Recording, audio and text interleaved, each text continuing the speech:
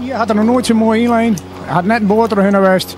Dat het kan eigenlijk net beter. En het centje erbij, het waait net bot. Even een gratis chocomeltje, Hendrikje, en dan is het al hier weer feest. Ben er meer dit wat matten? Sje, alsjeblieft. Ik heb het idee dat je hier in een oud schilderij rondrijdt. Zo mooi. En we komen net van Dokkum. Nou, prachtig, prachtig. Ja, tussen de bergen in Oostenrijk is het ook wel mooi, maar ja, dit is gewoon, hè. Hier, Hengelo! Hengelo! Er komen nog meer mensen, de bekenden komen hier langs, je merkt wel. Ach, er komen nog meer bekenden van de Hengeloze velken. Ja, jongens, je merkt wel, dit is hier hilariteit alom. Dus nog meer mensen uit Hengelo. Ja, dit is toch prachtig. Op houtjes, hè? Wil het net meer op Noorden? Dat hak heel te proberen, maar ja, het wil net terug meer. Zijn we een leeftijd zetten, ik beslap in ankels.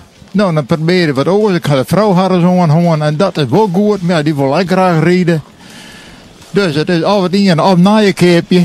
Of ik denk, let me nog eens een keer beziekje. Ik ga een goede schoon. En de houten erin ze. Proberen daarop. Nou, valt nog net aan, maar het gaat. Want waar ben je opstap, Geertsma? Oh, hier krijg ik. Ik ben een dikker uitgegaan. En dan weer waarom. Dan gaan we een op naar Bedata. En dan hier weer heen. Je bent onder de bregen geweest, hè? Ja. Onder de bregen, dan ben je in Dongeradeel. We staan hier in Verwedderadeel. Ja. Als je eventjes achter de koekensopietent binnen ben je in Daantomadeel. Ga je hem rijden? Ja, weet ik. Ja, nou net. Maar doe dus niet, ja. Ja, maar nou had je nou 400 meter in de Heimek in de gemeente. Oh, je bedoelt het zo. Ja. Nou, dan doen we dat even. Dan gaan we er even aan het shoot.